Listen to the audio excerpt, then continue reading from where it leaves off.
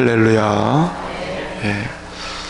예, 육신의 건강을 이루려면 균형 잡힌 운동도 해야 되고, 또 영양이 균형 잡히도록 음식도 잘 먹어야 됩니다. 편식하는 사람은 건강해질 수 없어요. 예, 고르게 음식을 고르게 잘 먹어야 되겠죠. 또 먹기만 하고 있으면 안 돼요. 먹을 뿐만 아니라 운동을 같이 해야 돼요. 이게 겸비돼야 됩니다. 그래서 운동도 손 운동이 있고 다리 운동이 있고, 이게 다 균형 잡히게 운동을 하고, 먹는 것도 내가 좋은 것만, 그게 아니라 그죠, 이것도 먹고 저것도 먹고, 주신 게 감사하고 없어서 못 먹고 막 이렇게 잘 먹어야 돼요. 예. 이거는 먹지 마. 아니요. 하나님은 그것도 필요해서 세상에 준 거니까 적당히 다 먹으세요. 의사가 들으면 조금 싫은 소리인지 몰라도 저는 그렇게 생각해요. 예. 다 필요해서 하나님이 이 땅에 준 거니까 이렇게 골라 먹지 말고 그저 아프리카 음식도 먹고 아시아 음식도 먹고 주신 대로 저는 그런 면에서 선교사가 돼도 될 것 같아. 어디를 가든 잘 먹으니까. 그래야 체력도 생기고 면역력이 생겨서 좀 더 강해질 수 있겠죠. 제가 어렸을 때 보니까 친구 중에 부잣집 아이가 있어요. 저도 가끔 저희 집에 책이 없으니까 맨날 걔네 가서 책 보고 막 이런 기억이 나는데, 어느 날 학교를 안 왔어요. 며칠 동안. 선생님이 가정방문 가보자고 그래서 쭈루룩 따라갔더니 영양실조 걸렸대요. 부잣집 아이가. 예? 그런데 가만히 생각해 보니까 영적으로도 그럴 수 있어. 교회를 그렇게 다니고 하는데도 영적인 영양실조 걸릴 수 있다는 거예요. 그렇죠? 영적으로도 영양실조 걸려서 조금 쉬어보면 팩, 마귀가 조금 건드리면 훅 이렇게 되는 거죠. 영적 체력, 영적 면역력이 없으니까. 그래서 신앙도 건강한 신앙이 되려면 균형과 조화를 잘 이루어가야 됩니다. 치우치지 말아야 됩니다. 예를 들면 말씀과 기도가 균형이 잡혀야 돼요. 아멘. 말씀만 그러면 교리주의자가 돼요. 교리. 그리고 자꾸 남을 판단을 잘해요. 말씀만 하는 사람. 예? 머리로 알고 있는 게 다 아는 것처럼 자꾸 누굴 판단해. 재판장이 되려고 그래. 너는 이렇고 나는 이렇고 자꾸 이게 자기가 폰을 막 맘대로 해. 이게 말씀만 자꾸 하면 그럴 우가 생겨요. 또 기도만 하면 신비주의에 잘 빠져요. 자기 체험한 거, 자기 뭐 본 거. 그래서 체험 주장이 자꾸 강해져요. 예. 그러니까 자칫하면 넘어가는 거예요. 말씀과 기도가, 말씀을 기도만 하지 말고 말씀도 충분히 보고 듣고, 이게 조화가 이루어져야. 할렐루야. 상호 이게 부딪혀가면서 상호 보완이 돼가면서 건강하게 되는 거죠. 또 경건 생활과 봉사 생활이 또 균형이 잡혀야 돼요. 아멘. 예배와 기도에 충실해야죠. 그것뿐만 아니라 일할 때가 되면, 봉사할 상황이 되면 손발 걷어붙이고 같이 달려들어야지. 그렇죠? 경건 생활만 잘하는 것이 아니에요. 봉사 생활도 잘해야 돼요. 이 균형인 거예요. 다 좋아. 할렐루야. 근데 이제 습관이 참 중요해요. 습관이. 어렸을 때부터 습관이 일하기 싫고 막 이런 사람은 신앙생활을 해도 일하면 빠져. 습관이 참 그래요. 학교 다닐 때 학교 청소하는 거를 배운 사람은 교회도 자꾸 청소하고 같이 막 지저분한 거 보면 달려들고, 그게 습관이에요. 여러분, 옛날 중세 시대 수도원에서는 기도와 예배와 말씀, 이 경건 훈련만 한 게 아니에요. 노동시키고 땅 파기하고 항상 두 가지를 겸비해서 수도사들 훈련을 받았던 거지. 그러니까 신앙은 정적인 면과 동적인 면, 이것이 조화를 이루어야 신앙이 고루고루 잘 커서 체력도, 영적인 힘도 생기고 분별도 오고 그런 게 생기는 거죠. 아멘. 그렇습니다. 자, 특별히 근데 균형 잡아야 될 것 중에 잘 놓칠 수 있는 게 한 가지가 뭐냐면, 하나님께 대하여 해야 될 것. 다시, 하나님을 향해서 해야 될 것. 이거하고 사람에 대해서 해야 될 일이 균형이 잡혀야 돼요. 하나님께만 잘하면 이거는 안 해도 된다? 잘못된 신앙이에요. 하나님께도 해야 되지만 사람을 향해서도, 그게 성경의 가르침이에요. 십계명을 보세요. 위로 하나님을 섬길 도리, 그리고 사람을 섬길 도리, 이게 십계명 속에 딱 잘 만들어진 거예요. 하나님을 공경하고 잘 섬기지만 사람도 함부로 하면 안 된다는 거죠. 남의 거 함부로 하지 말라는 거죠. 남의 생명 존중하라는 거죠. 하나님은 반드시 이렇게 인격적이세요. 하나님만이 아니고 하나님께 할 일, 사람에게 할 일, 이게 균형과 조화가 이루어져야 되는 것입니다. 성경의 모든 계명을 딱 엑기스를 뽑으면 뭐지요?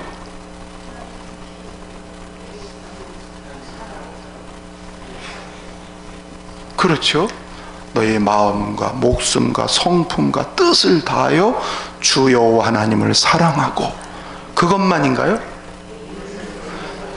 내 몸과 같이 그랬어요. 네 몸 사랑하듯이 내 이웃을 사랑하라. 이게 모든 계명에 축약된 말씀이거든요. 그렇죠? 치우치지 말아야 되겠죠? 근데 솔직히 보면 이게 균형을 잃어버리는 경우가 많이 있습니다. 예. 뭐든 저에게도 그런 게 있을 수 있어요. 그래서 이거를 늘 깨닫고, 아, 그렇구나. 예? 이런 게 참 중요한 걸 또 놓쳤구나. 그러면서 자꾸 균형을 이루어 가시기를 축원합니다. 십자가도 그래요. 십자가 더하기가 아니에요. 십자가는 덧셈이 아니에요. 십자가는 위로 하나님과 화목하고 사람과 화목하라. 여러분, 십자가는 화목이거든요. 화목, 제물 대신 예수님. 그러니까 하나님과 화목하고 이웃하고는 맨날 부딪혀? 그건 하나님과 화목하지 않기 때문에 그런 거예요. 진짜 하나님과 화목하면 사람하고 불편하면 내가 괴로워져요. 그렇죠? 하나님하고 화목하면 남편과 아내가 틀어진 게 견딜 수가 없어서 뭐 미안해 되는 거예요. 그렇죠? 하나님과 화목하면 동네든 사회에서든 막 어거지 부리고 다 자기가 옳다 그러고 막 다투고 그러기가 쉽지 않아요. 아멘. 그렇습니다. 예수님이 고르반을 책망하셨죠. 당시에 장로법에, 장로들의 유전에 하나님께 한 것이라면 부모에게는 안 해도 된다. 이렇게 성경을 자기 편리대로 해석을 해서 만든 게 장로의 유전이었어요. 예수님이 너는 하나님의 계명보다 사람의 전통을 중요하게 여기는구나. 하나님은 한쪽에 치우쳐서 얘기하시질 않았는데, 마치 하나님만 잘 섬기면 나머지는 안 해도 되는 것처럼, 성경은 그걸 아니잖아요. 할렐루야. 그러니까 여러분, 우리가 주님께 헌금도 드리고 주님께 헌신도 하지만 사람도 대접할 줄 알고 사람하고도 이렇게 좀 건네기도 하고 주기도 하고 받기도 하고. 여러분, 그게 참 지혜예요. 아멘. 그렇습니다. 제가 전에 어떤 분을 만났는데 그분은 그래요. 하나님께 했으면 그걸로 다 하는 거지 뭘 내가 또 사람을 또 대접하고 뭐 그래. 나는 주기도 싫고 받기도 싫고 그냥 하나님께 헌금했으면 끝. 자기는 주지도 않고 받지도 않겠대. 그거는 내가 복음이죠. 성경은 그렇게 안 해요. 하나님께 헌금도 하고 수고했으면, 헌신했으면 사람하고도. 할렐루야. 어려우시죠? 사실 경제 사정이 넉넉지 않으면 사람한테 하는 게 쉽진 않아요. 근데 의지를 가지, 노력을 해야 돼. 저희 목회자들끼리도 밥을 내가 오늘 살게. 그러니까 어떤 때 보면은 못하는 사람은 계속 못하더라고요. 내가 2번, 3번 사는데 한 번도 못 사는 사람도 있더라고요. 그 습관이 참 그래요. 근데 사람이 주는 습관 있는 사람은 자꾸 줄 수 있는 마음이 생기고 또 그런 여건이 만들어져요. 할렐루야. 그렇습니다. 근데 양편을 치우치면 안 돼요. 주님께만 하고 사람에게는 단절되고, 반대로 사람에게는 잘해. 사람에게는 막 기마이도 쓰고 말이지 막.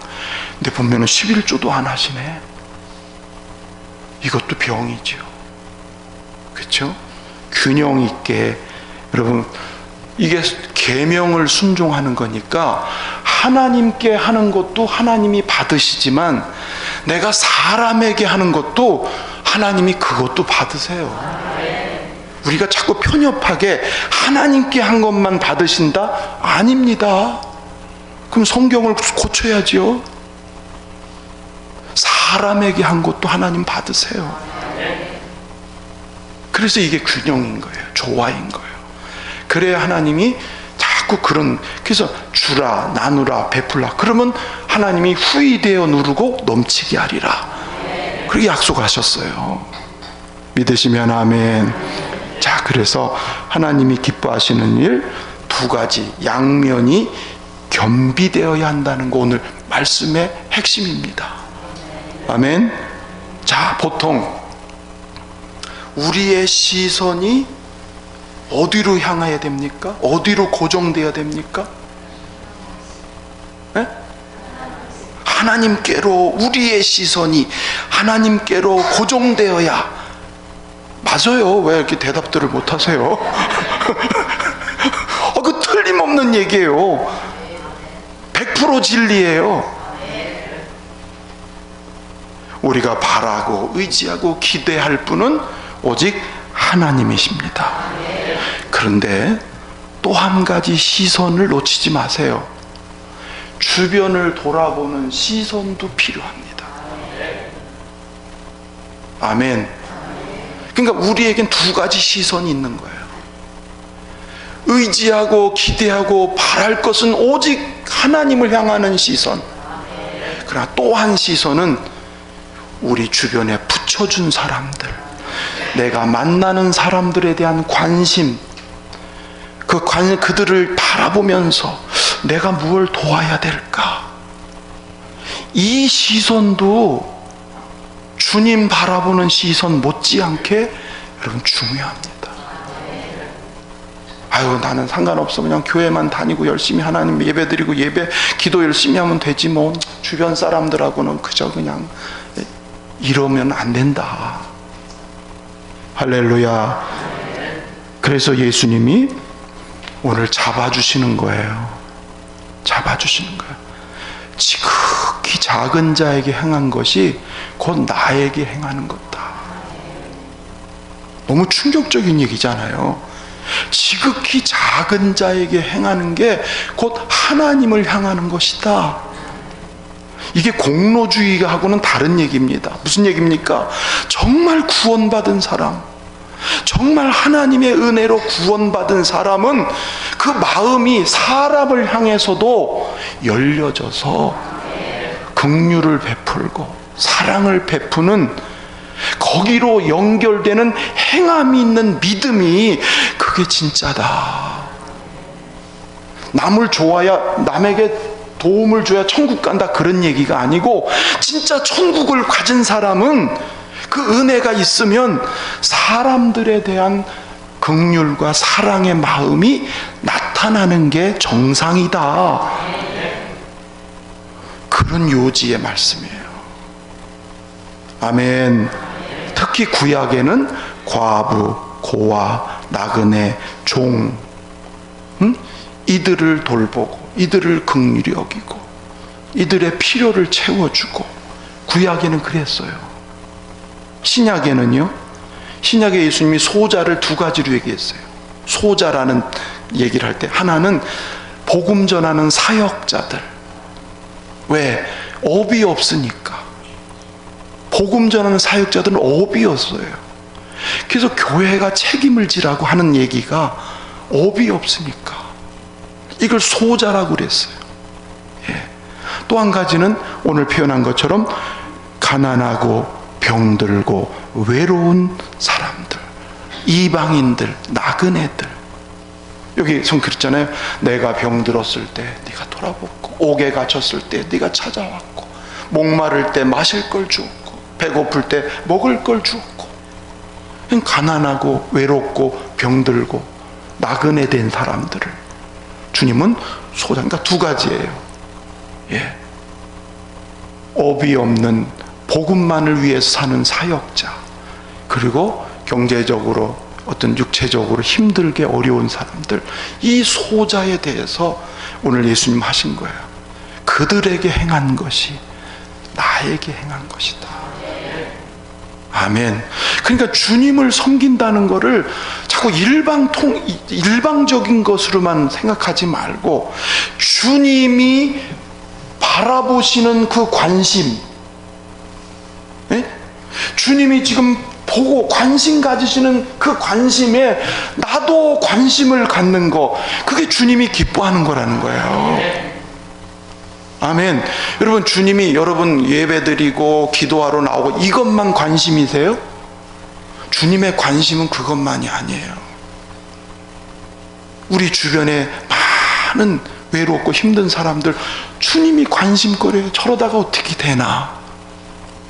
네? 그러니까 교회가 거기에 관심을 가지라는 거예요. 그게 주님의 시선을, 주님께 시선을 고정시키는 또 한 가지의 시선이 된다. 믿으시면 아멘. 물론 조심할 거는 뭐냐면, 사람을 향하는 시선이 뭘 얻으려고 하면은 그건 큰일입니다. 내가 이거를 저 사람한테 베풀었어, 덕을 보려고 기대하지 마십시오. 그냥 준 거로 끝나는 거예요. 사랑 베푼 거로 끝나는 거지, 내가 이렇게 했으니까 저 사람이 나한테 뭐 해주겠지, 그 안 해주면 에이 괘씸해, 이거는 안 한 건 뭐다 못해요. 주님은 사람 의탁하지 말라 그랬어요. 의탁할 분은 오직 하나님이시고, 사람은 사랑할 대상, 섬길 대상. 목회자도 가끔 사람에 대해 기대할 때가 솔직히 있어요. 예? 근데 실망될 때가 생겨요. 그래서 주님이 말씀한, 제가 요한복음 2장을 금식 기도할 때, 제가 시골에서 집에서 열흘인가요, 며칠을 금식 기도할 때 그 성경 읽다가 탁 주님께서 사람 의탁하지 마라. 왜냐면 막 예수님이 기적을 베푸니까 사람들이 막 따라왔잖아요. 환호하고 인기가 올라갔잖아요. 예수님은 사람을 의탁하지 않았어. 왜? 그 속에 간사한 게 있는 줄 너무 잘 알아서. 사람은 오늘은 이래도 내일은 이렇게 될 수 있어. 저도 그렇고 여러분도 그럴 수 있어요. 그러니까 사람은 의지할 대상이 아니고, 그냥 사랑하고 돕고 긍휼을 베풀, 사람에게 시선을 향하라고 해서, 그래서 조심하라는 거예요. 사람한테 뭔 덕을 보거나 뭘 이익을 보려거나 그러는 것은 진짜 하나님이 원하는 시선이 그건 아니라는 거죠. 아멘. 그렇습니다. 우리 교회 성도님들이 마음을 다해서 사랑의 헌금도 한 70만 원이 들어왔어요. 다니엘 기도에 매일은 헌금은 못했어도 그 누군가에게 이게 흘러가도록, 그래서 30만 원 보태서 100만 원 보냈습니다. 다니엘 기도의 본부로. 그렇죠? 기도하다가 새벽 일용 근로자, 우리 권사님도 그런 감동이 있었다는데, 새벽에 큰 타국에 와가지고 돈 한 푼 벌어서 고국의 식구들 살리겠다고 새벽에 일하는, 보니까 어려움이 많더라고요, 그분들이. 얘기를 들어보니까. 근데 우리가 큰 것도 아니고 차 한 잔씩 대접하고, 여러분, 냉수 한 그릇을 대접하는 것도 주님은 잊어버리지 않는데요. 기억하신대요. 누구에게? 지극히 작은 자에게. 여러분, 잘 나가는 사람, 사회적으로 명망이 있는 사람, 높은 사람 우리가 대접하는 건 나중에 덕 보려고 하는 거예요, 솔직히. 근데 가난하고 힘든 사람에게 우리가 베푸는 건 덕 볼 기대도 안 해. 그걸 하나님이 기뻐한다. 그럼 누가 주세요? 그 값은, 보상은 하나님이 해주시는 거예요. 그러니까 우리는 사람을 기대하고 하면 그 별 의미가 없는데, 그 영혼을 베푸는데 하나님을 생각하면서 하잖아요. 그러면 위에서 갚으세요. 사람에게 한 것도 기억하고 하나님께 직접 올린 것도 하나님은 기억하는 사람. 아멘. 그래서 우리가 좀 가난하지만, 저도 그렇고 우리가 다 가난하지만 한번 따라합시다. 너무 쫀쫀하게 살지는 말자.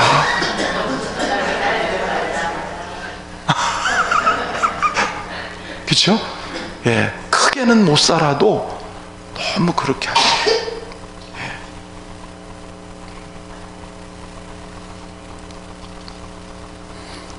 가난한 나라 어린이들 위해서 여러분 교육비 보내줬지요? 예, 그거 주님이 얼마나 기뻐하시겠어요. 영상 좀 볼까요? 가나에서 온 영상입니다. 사진으로만 왔어요. 사진으로만. 자, 쭉 넘겨보세요. 예. 설명 제가 좀 이따 할게요.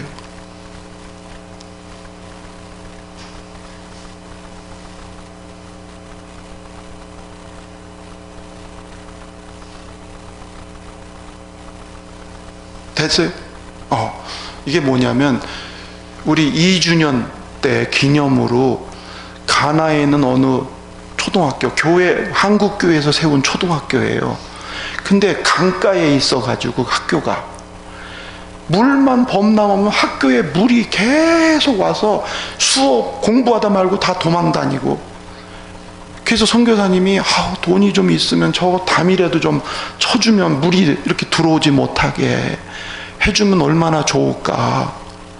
그 늘 마음이 있었는데, 그래서 그걸 기도하는데 제가 전화를 하는 게, 목사님 사실 이런데 기도 좀 해주세요.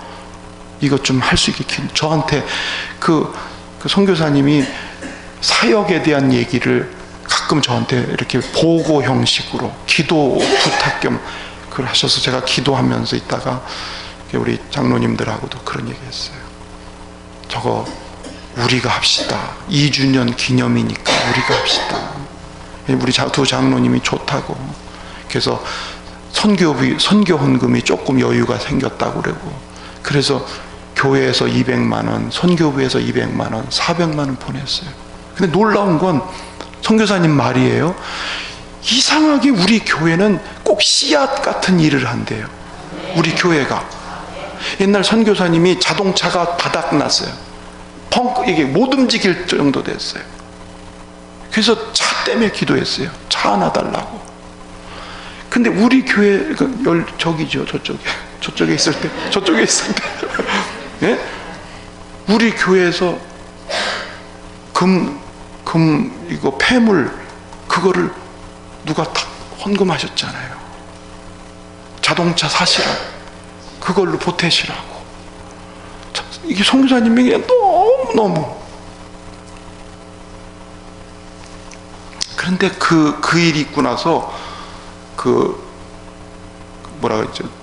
파송교회, 서울의 파송교회에 가게 될 일이 생겨서 그 얘기를 했대요. 나 사실 자동차 때문에 이랬는데 교암교회 갔더니 어느 분이 자기 이 폐물을 선교사님 차 사라고 드렸다고 했더니 그 교회가 그 소식을 듣고는요, 나머지 차값은 우리 교회가 하겠다고 그랬대요. 그랬대니까. 그분이 그렇게 얘기해서 전하는 거니까. 씨앗을 심었는데, 예. 이번에 이 학교도 그 얘기 하려고 그래요. 우리는 400만 원 심었잖아요, 씨앗을. 그 소식을 듣고 이 학교를 세운 서울의 교회, 제 친구 목사 교회에서 그 학교를 세웠거든요. 여기서 우리 2주년, 이 개척교회에서 2주년 기념으로 이거 보냈다고 그러니까 그 교회에서 그럼 우리가 할 일을 거기서 했네? 그래가지고 돈을 잔뜩, 얼마인지 제가 모르겠어요. 놀이터까지 해줬대. 애들 놀이터 할 수 있는 돈을 보내줬다는 거예요. 그래서 지금 그 돈을 가지고 벽돌을 인부들 사가지고 벽돌을 지금 찍고, 여자들이 물 길어 와가지고 물 품으면 그걸로 시멘트 개가지고 벽돌 찍고 그거를 지금 쌓는다는 거예요.